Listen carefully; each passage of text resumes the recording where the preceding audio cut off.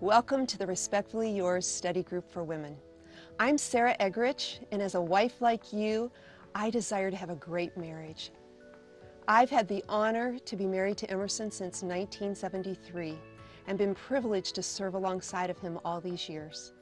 For over 26 years, we did pastoral ministry, and we saw lots of hurting relationships in the church, in society, as well as our own family backgrounds. We grew up with the pain of divorce, and we have been on a mission since 1999 when we launched Love and Respect to see hope and healing come to hurting relationships. You know, we don't think God intended marriage to be complex, and we think that's why He brought it down to two simple words. Two words that we are convinced make for a successful relationship and marriage. And those words are love and respect. We've heard a lot about love over these past 40 years, but we haven't heard as much about respect. And that's what this study is all about. When we began this ministry, women would say, you know, I really think you're onto something, but I have no clue how to do this. This study will reveal that and will hopefully get you excited about what God intends for marriage. Women are always wanting power and influence. Wouldn't it be exciting to have power and influence, but to be biblical at the same time? You can experience that. This takes some simple work, but it works. We're not perfect. We're just like you. We're on this journey, but this message has power. Trust me, I know, because when I do it, it works, and when I don't do it, it doesn't work. Thanks for joining us, and I trust you will be blessed by this study.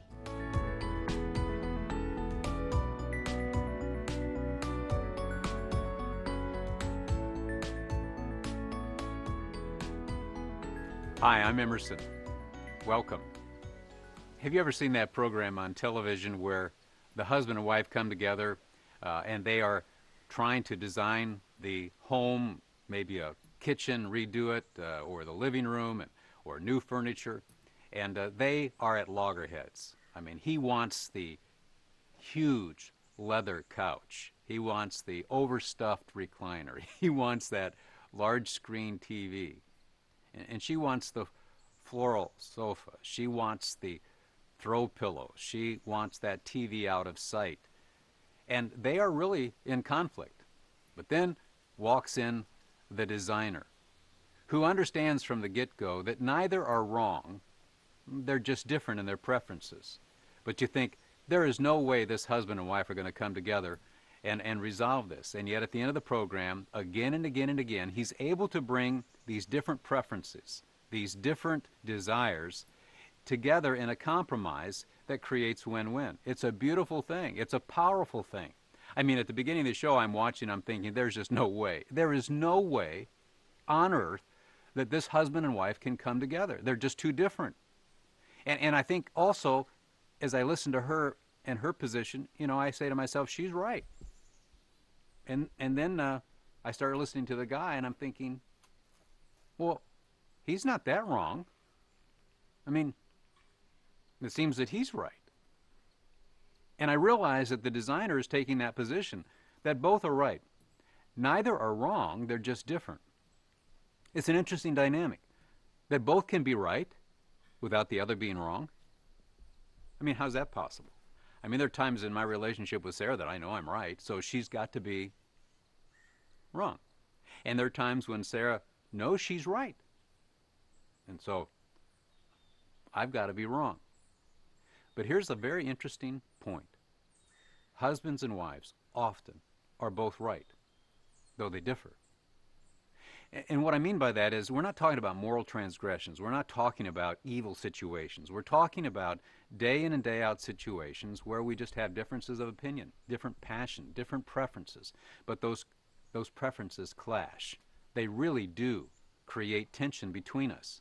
And what's so sad is that husbands and wives are good-willed. There isn't evil will. There's not ill will. You know, we didn't marry Hitler's distant cousin. You know, there is this goodwill between the husband and the wife. And yet there's this conflict today, and there'll be a conflict tomorrow.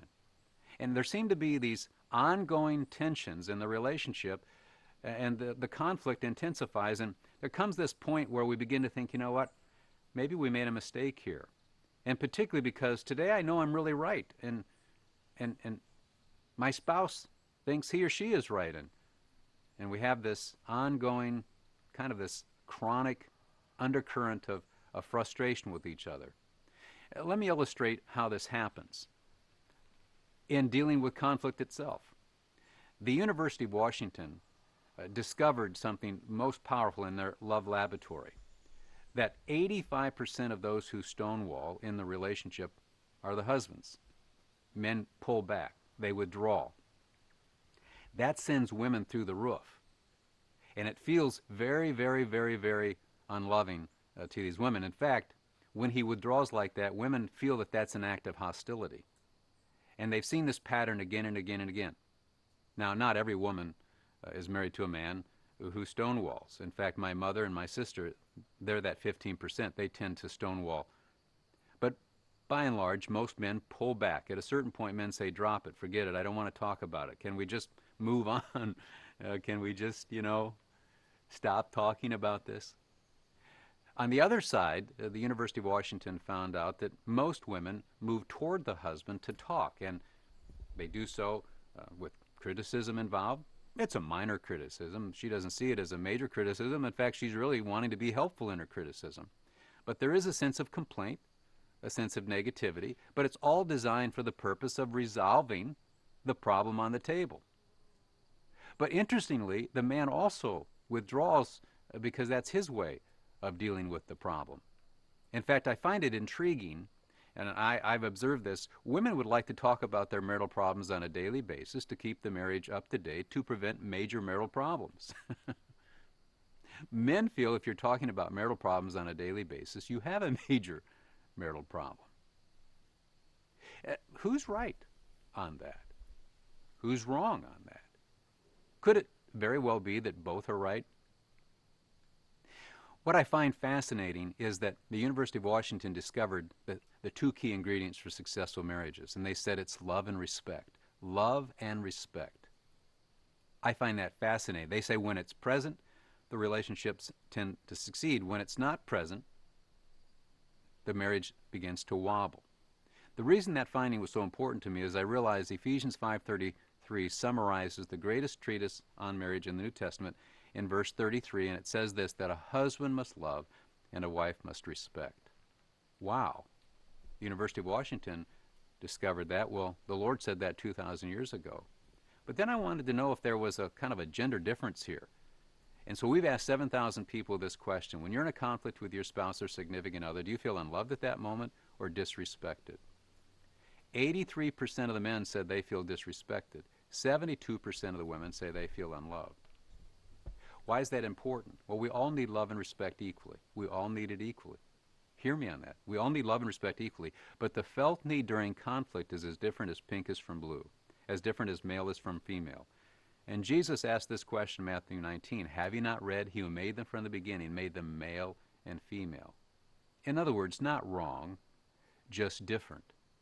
And what's interesting, back to this conflict, this style of dealing with conflict, when a man is in conflict, he has a tendency to pull back. Why? Because they've discovered that during certain provocations, if a man's heartbeat gets to 99 beats per minute, he's in warrior mode.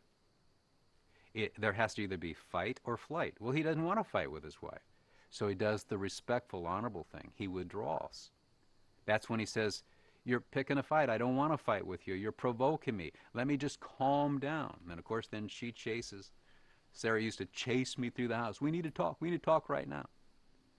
Here's the deal. He seeks to do the respectful thing, only to be labeled unloving. And she seeks to do the loving thing, only to be labeled disrespectful. She moves toward him to talk, but in that conversation, it's ventilation, it's negative, it's critical, it's complaining, but all designed to bring about resolution and reconciliation, so they can dwell together in a way that's very beautiful, and the decor is perfect in terms of their marital house. But did you know, he withdraws because he's trying to de-escalate the thing from getting out of control. In a man's world, when two men are odds with one another and they're best buddies, they drop it quick because we're warriors and we could hurt one another. So the honorable thing is to just drop it. And that is a good thing. That's how men solve serious conflict. You know what? It's not something worth fighting over. We can just move on from this, okay? We don't need to keep talking about this.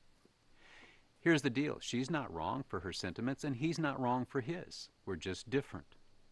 We're just different. And here's what I want you as godly women to think about who are trying to see things from God's perspective. When you have these moments of conflict in your marital house, do you think it's impossible to come together on that? Or is there a way that you can begin to move forward, that there can be a compromise, there can be a win-win situation, and that both of you are happy campers? Here's what I want you to think about. I know that there are moments when you say, my husband should not be so unloving. And I know I'm right. And I know he's unloving, and I know he's wrong, and I know I'm right. Whoa, whoa, whoa, whoa. Did it ever occur to you that when your husband withdraws and stonewalls, he's actually doing the respectful thing? And furthermore, did you say or do something prior to that that felt disrespectful to him? So he seeks to do the respectful thing by withdrawing on the heels of what he perceived to be something dishonorable coming to him, and he is not trying to be unloving. He's not trying to be unloving at all. You're miles away from where his heart really is. And then you might say, well, he shouldn't feel disrespected. I'm not trying to be disrespectful. I get that. But could it be that your husband has a vulnerability during conflict, a felt need that's different than yours? And I'm not justifying the fact that he feels disrespected. But when he feels disrespected, he has a tendency to, just kind of withdraw. And have you ever had that conflict with your husband when suddenly the issue doesn't seem to be the issue and his spirit deflates and you see him just kind of disconnect from you? He's not trying to be unloving. I want you to ask yourself, is my husband feeling disrespected right now? I know you're not intending to be disrespectful, but I want you to think through this simple idea that my husband is not wrong. He's just different. And when I'm right about these things, it's really not right for me to say he's wrong. That my husband can also be right when I'm right. The truth is, neither one of us are wrong. We're just different. Sarah made me a jean jacket. It was our first Christmas. She's a farm girl from Indiana. She can do it all. She can cook, she can sew. And she was excited. I had no idea she was making me this jean jacket.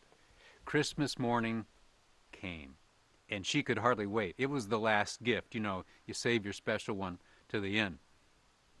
She hands it to me. She's excited. I opened the box, and it's a jean jacket. And I said, thank you. And I tried it on, and I appreciated it. She made this jean jacket. Kind of 30 seconds passed, and she said, you don't like it. I said, I do like it. You don't like it. I said, Sarah, I like the jean jacket. No, you don't. I said, I like the jean jacket. What are you saying to me? Why are you telling me that I don't like the jean jacket? In our family, we say, thank you, thank you, thank you, thank you, thank you, thank you, thank you, thank you. Oh, thank you, thank you. We just keep going, and you're not doing that. I appreciate the jean jacket, but I feel now you're calling my integrity into question because I'm not reacting like you would react. And we did not have a happy moment. And she was envisioning that I could hardly wait to get to Salvation Army and throw that in some container, And that was one of our first conflicts. What was going on there? I mean, have you ever done something for your husband that you just put hours in on? You care deeply about him. You love him to death. And then suddenly, it doesn't seem like he really values this. He really appreciates this. And then you kind of communicate that, you were a little disappointed or you wanted him somehow to be more than what he was. And now two good-willed people are feeling quite confused. What was going on there? Well, at a certain point, my spirit deflated.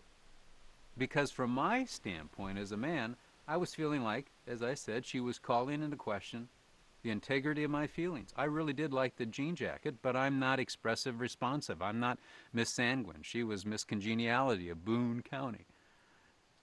And so I was not responding the way Sarah was wanting, and I was not appreciating all the time and effort that she'd put into that. Have you ever had that experience? I know you have. God has designed women as nurturers. You are caring people. You care deeply. This world would be a very, very sad place if somehow the Lord decided not to create you. You are compassionate and caring and giving. But I'm sure you've had a moment like that with your husband. And we're pointing out the simple truth that a woman needs to feel loved and a man needs to feel respected.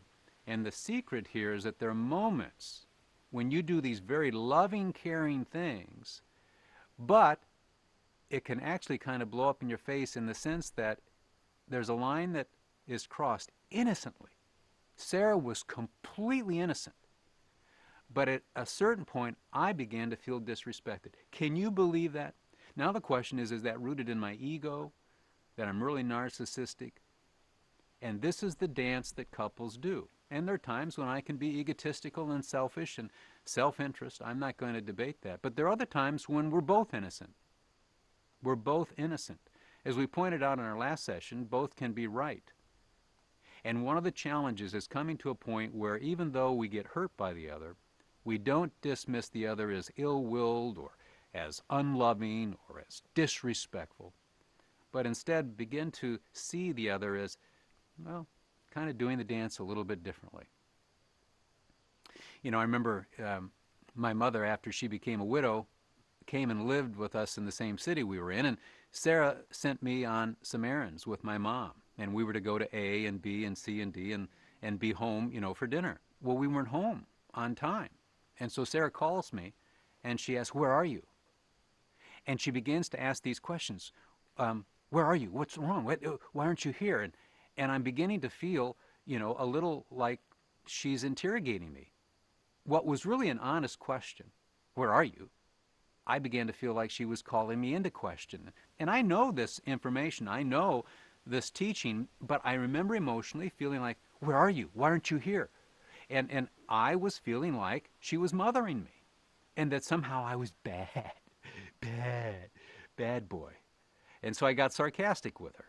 I said, okay, you know, all right, I'm sorry. Mom and I stopped at a bar, okay? and Mom had one too many to drink. And in fact, she's in the back seat right now laying down, and I gotta set her up. Well, I got really sarcastic. But what I realized that day was something, and it just hit me in a new way. I thought to myself, how would Sarah have treated her best girlfriend who took my mother on some errands? They were to be to A, B, C, and D and be home for dinner. But if they didn't show up, what would Sarah do? She would call her girlfriend and say, where are you? What's wrong? And what would her best girlfriend say in response? Oh, I'm so sorry. I am so sorry. We got behind. You know that clerk at the grocery store, you know, her name is Mary? You know, she's going through that divorce. I think I mentioned that to you. Well, she opened up to your mother and me, and we stood there for about 10 minutes, and she was just going on and on and on because nobody else was in line. And then your mother reminded me that we forgot the ketchup, so we had to go back and get the ketchup. And then she had that plate at her apartment that she wanted to bring over after she washed it, and she forgot to bring. So I am so sorry, we're running. Is the dinner going to be, oh, no, Sarah says, everything's fine. I was concerned. Is everything okay? Oh, yes, everything's okay. Well, I'm so sorry. No, I'm sorry. Well, I'll be there in a little bit. Okay, love you. And I realized that day that Sarah was just calling me into question in the same way she would call into question her best girlfriend, meaning she wasn't calling them into question. She was simply asking an honest question rooted in her concern and care. But here's another little dimension. Sometimes you do this dance with your husband, and suddenly you're asking an honest question rooted in your nurturing and caring spirit, and you sense him reacting. A lot of times, men will say, I have one mother. I don't need another mother. And sometimes, when you ask that honest question, he interprets you as calling him into question. That it's not honest inquiry, that it's interrogation, and that you have an agenda. Do you? Rarely. So, now the question is, do we begin to say, you know what, men really have some serious problems? Or we come back again to what Jesus said in Matthew 19, have you not read, he who made them from the beginning made them male and female. Not wrong, just different. Not wrong, just different. And as I pointed out, there is this pink and blue verse in Ephesians 5:33 where God commands the husband to love and the wife to respect. But I discovered a connection, a correlation with love and respect. And it's very important that you understand this dynamic. As I pointed out, 83% of those men in conflict feel disrespected, 72% of the women in conflict feel unloved. But there's something that happens and it gets crazy. And sometimes we ask the question, are we crazy as a couple? And then we really go deeper as women and say, is he really crazy? Is he really crazy for not appreciating the jean jacket? Is he really not crazy? I mean, for calling me into question because I asked him an honest question and telling me his mother is drunk in the back seat? Well, here's the crazy cycle, that when you feel unloved as a wife, you have a tendency to negatively react.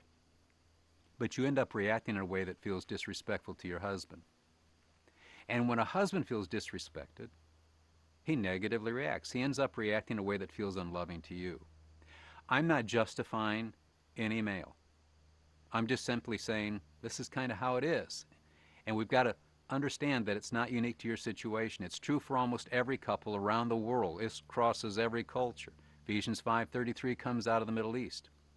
But when Sarah communicated to me that I didn't appreciate that jean jacket that day, at a certain point I began to feel disrespected. And then I ended up reacting in a way that felt unloving to her, and it put us on the crazy cycle. That day, in Sarah's deep concern about my mother and me and why we may be late, asked that question innocently, full of compassion. But at a certain point I felt interrogated. Shouldn't have. We can say all day the moral ought. Emerson should not have, but I did. And when I felt a little disrespected there, I ended up reacting in a way that felt unloving. Now, we can step back as women and say, men ought not to be this way. When he buys you a diet book and you go ballistic, you're a big girl, you should be able to handle that. But no, you know what? You have a vulnerability. Metabolism issues, body image issues, all the research points out your vulnerability to certain things. And your spirit deflates and you react and you end up maybe calling him a brainless idiot for buying that diet book. Should we pass judgment on you for reacting that way? No. You have vulnerabilities where he doesn't. And here's my point. Your husband has vulnerabilities where you don't. And the question is, will we step back and say, you know what, we both have goodwill. We're not intending to be unloving or disrespectful, but at the end of the day, we can feel unloved and disrespected. So the crazy cycle says, without love, she reacts without respect. And without respect, he reacts without love. And then without love, she reacts without respect. And without respect, and this baby starts to spin. And here's what's difficult for many gals. You seek to do that loving thing. You put a lot of time and effort to do that very caring thing. And but something happens. You, this nurturing person who's expressive responsive, the literature points that out. Women are expressive responsive, and you're excited about this, but he's not as expressive and responsive, and he doesn't seem to appreciate, he doesn't seem to really kind of get this. So you do all this loving thing only to kind of feel like his response is unloving. So you do this loving thing, the response feels unloving, and then you kind of react to try to get his attention because you're trying to help him to understand that you tried to do the loving thing and maybe his response wasn't as loving as it should be. And then at a certain point in this conversation, he says, I'm sick and tired of this disrespect. And you're in complete disbelief. You tried to do the loving thing. His response felt unloving. And then he tells you you're disrespectful. And he reacts in an even more unloving way. So you know you're right. You know you're right. Wrong. He's just different. And I can point out to men the other side of this dynamic. But this is my opportunity to serve you who are seeking to do in your marriage things that God wants and to empower you. So I want you to make two discoveries. Two discoveries. One is a self-discovery, and the other is a discovery about your husband. As for that self-discovery, I want you to think about that crazy cycle. Without love, she reacts without respect. without respect. He reacts without love. Your self-discovery is this, that you are a caring, nurturing person seeking to do the loving thing almost all the time in the family unit and toward your husband. And there are going to be these moments when it doesn't seem as though he really appreciates it. And in fact, in your opinion, it comes across in an unloving way, like the jean jacket situation. Or like, mom's in the back seat drunk. And at a certain point, Sarah can feel like, wow, I did all these things because I care, and now you're reacting to me in this way that feels very unloving. But at a certain point, you can end up saying or doing something that feels very disrespectful to your husband. And that's what I want you to enter into a discipline of quietness and just observe yourself. In response to those situations, do you do something that is disrespectful, that feeds the crazy cycle? I'm not saying you started it, but you can feed it. You can keep that baby spinning, but you have the power. You have the power, and God is giving you the power to stop that crazy cycle. But in order to stop it, you've got to become astute on the crazy cycle. You've got to understand this dynamic and that you can feed it through your disrespectful reaction, which you're reacting that way to try to awaken him to your need to feel more loved and appreciated for your loving, caring motivations. I get that.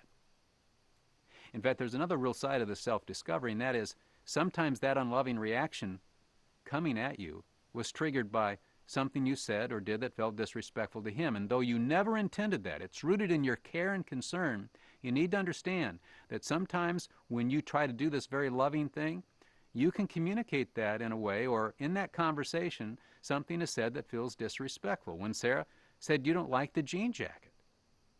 I mean, innocent enough. But a man has feelings. And he, too, can begin to think, you know what, that doesn't sound like, you really respect what I just said. And that is, I do like it. So I want you to think, am I feeding the crazy cycle on the heels of your innocence by your disrespectful reaction?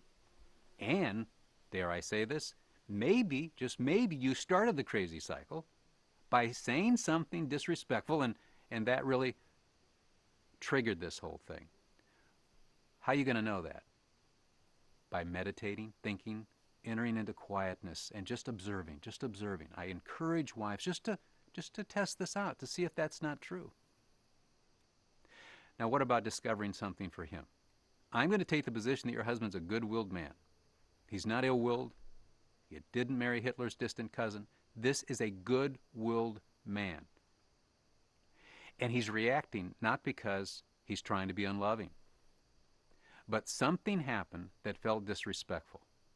Many wives have written me and said, my husband does this thing, and that thing. And I said, did you say or do something prior to that felt disrespectful to him? And women have almost photographic memories, and they say, oh yes, yeah, I did. But he should know I didn't mean it.